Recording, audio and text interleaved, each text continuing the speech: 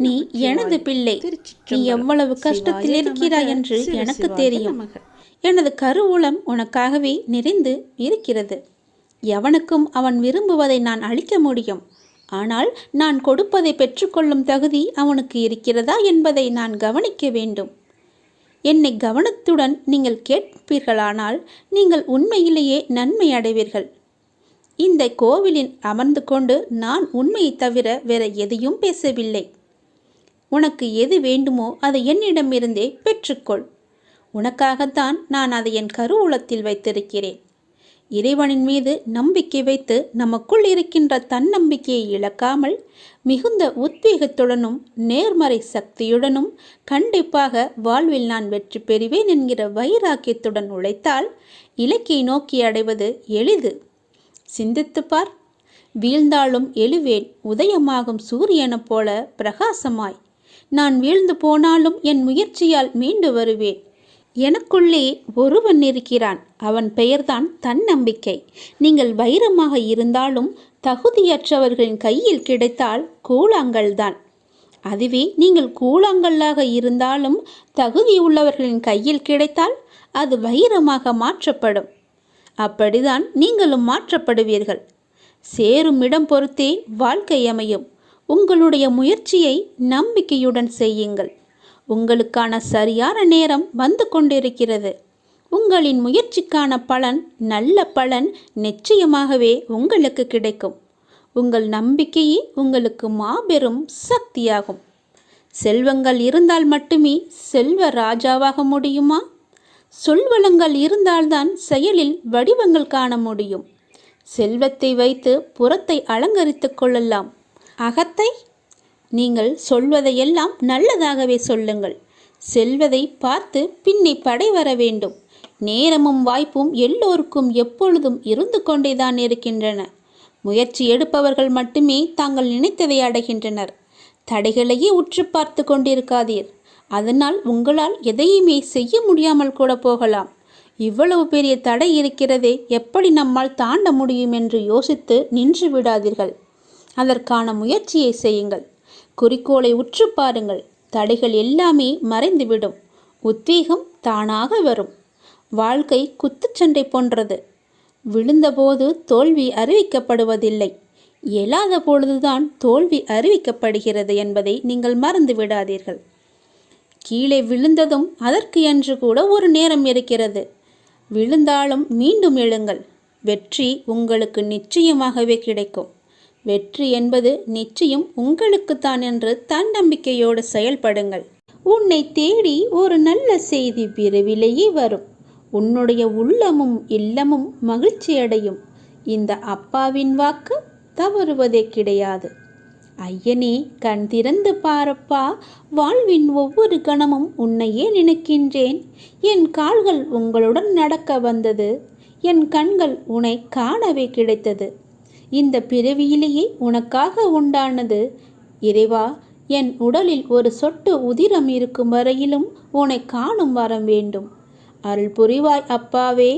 ஆபத் பாந்தவனே, இன்பம் தருபவனே, ஈகை அளிப்பவனே, ஓல்வினையை அளிப்பவனே, நீங்களே எங்களை பார்த்து கொள்ளுங்கள் அப்பா என்று அவரிடம் நீங்கள் சரணடைந்து விடுங்கள்.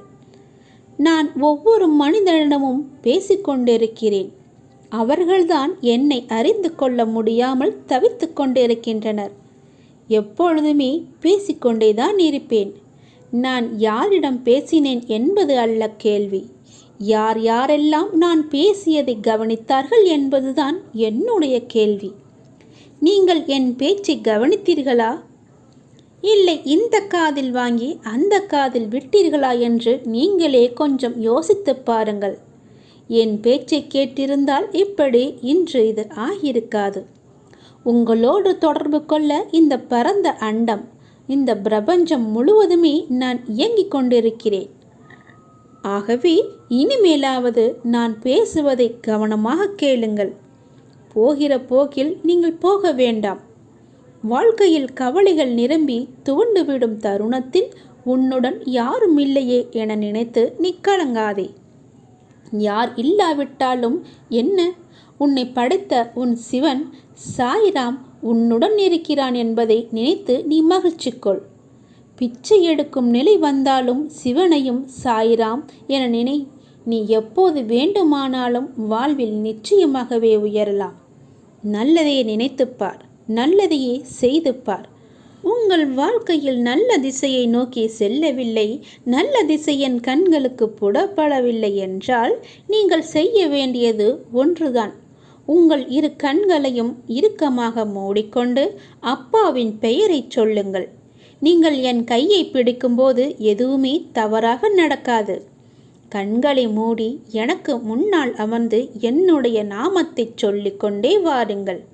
உங்களுக்கு துணையாக நான் உன் கையை பிடித்து அழைத்து கொண்டு போவது உங்களுக்கு தெரியும். நீ எதை நோக்கி நீ பயணப்பட வேண்டும் என்று நினைக்கிறாயோ அதை நோக்கி நானே என் கையை பிடித்து அழைத்து கொண்டு செல்வேன். நீ கவலைப்படாமல் இரு. இனிமேல் உனக்கு எல்லாமே ஏற்றமாகத்தான் இருக்கப் போகிறது. நான் உன் கையை இறுக்கமாகவே பிடித்து கொள்கிறேன்.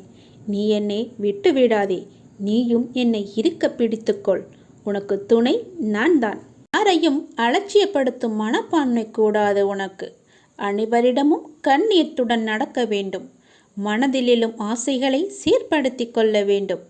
தேவைகளை அதிகப்படுத்தி கொள்ளக்கூடாது.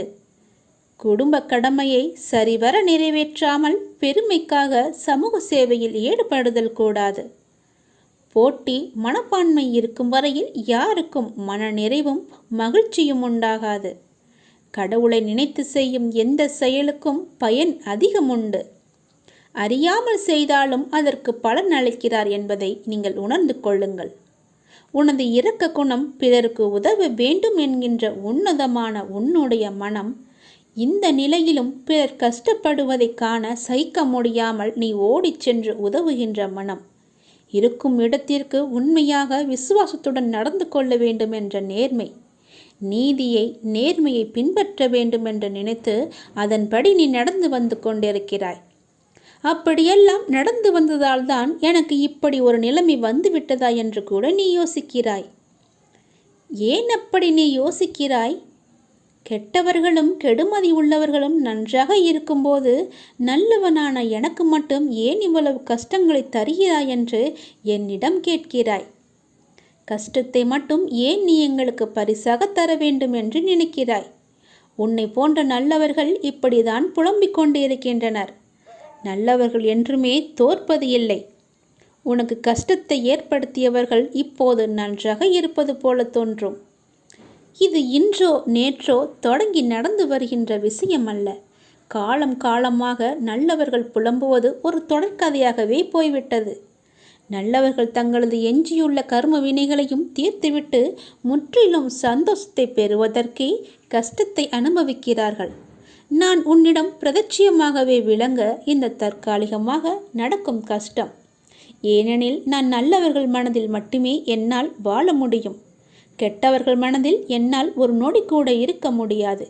இப்படி உன்னை கஷ்டப்படுத்தி நான் வாழ்வதால் என்ன பலன் என்று நினைக்கலாம்? நான் உன்னை பக்குவப்படுத்தி பெருமைப்படுத்துவதற்கு இதை உனக்கு வரப்பிரதாசமாக கொடுக்கிறேன். குந்தி தேவி, கிருஷ்ணா நன்மைகளை பிறருக்கு கொடு, உன்னை எப்போதும் நினைத்து கொண்டிருக்க துன்பம் ஒன்றையே எனக்கு கொடு என்று வேண்டினாள். அப்படி கேட்ட குந்தி தேவி கெட்டு போனாளா?